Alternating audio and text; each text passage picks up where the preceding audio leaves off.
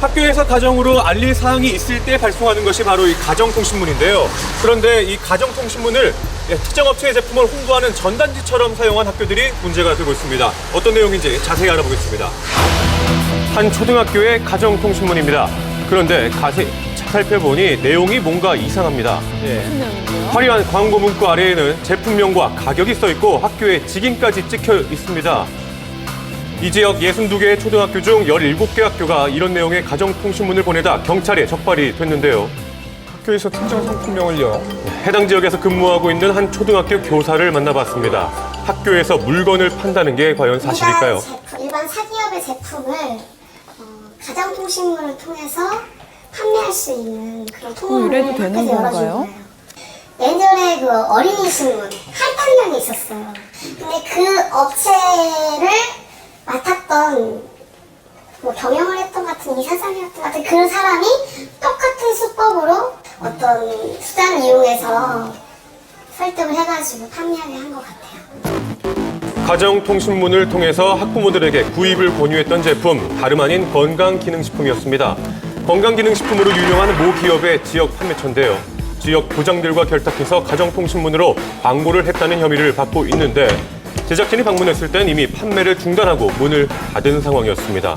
네. 운영위원회에서 이걸 이렇게 내보냅니다라고 해서 운영위원회하고 다 협의가 된 사안이고 사실은 지금 전선이 피해자가 되버렸어요. 그렇군요. 그러면 그 유통이나 마진 이런 거 다 떼버리고 순수하게 해서 왔는데 내가 뭐 마진이 얼마나 있겠어요. 그리고 이제 경찰 조사에 따르면 가정통신문을 통해 광고한 제품의 판매 수입은 무려 8억여 원. 어휴, 학교에서는 이런 상황을 모르고 있었던 것일까요? 금액이 큰데요. 업체들이 많이 오잖아요.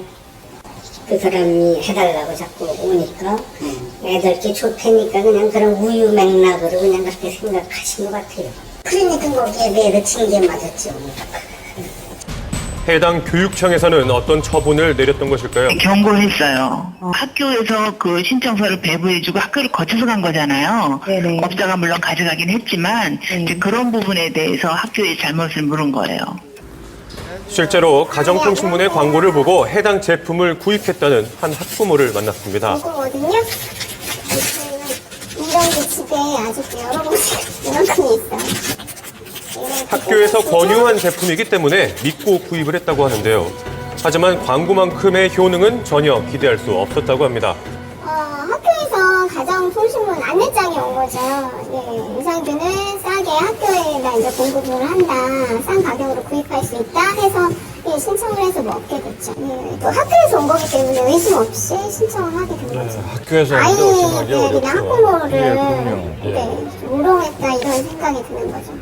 자기들의 이익을 위해서 이 유산균 제품은 또 이게 성능 입증이 힘들거든요. 학교를 믿고 구입한 건강기능식품, 이제는 처치곤란한 애물단지가 됐습니다. 예. 가정통신문에 써있는 효능을 한번 보면요. 예. 거의 만병통치약 수준이었는데요.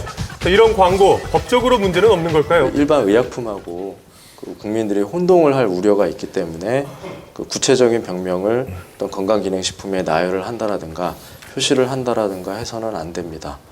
5천만 원 이하의 벌금 또는 5년 이하의 징역에 처해질 수가 있고 공정거래위원회의 결정에 따라 과징금 그리고 검찰 고발 그리고 시정명령과 같은 조치들이 잇따를 수도 있습니다.